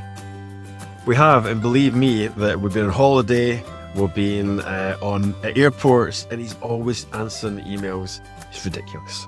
Don't argue, we're on camera. So it'd be lovely to welcome you to the Cakeflix family. We look forward to seeing you there, showing you what we've got, and we really want you to become a member and a friend.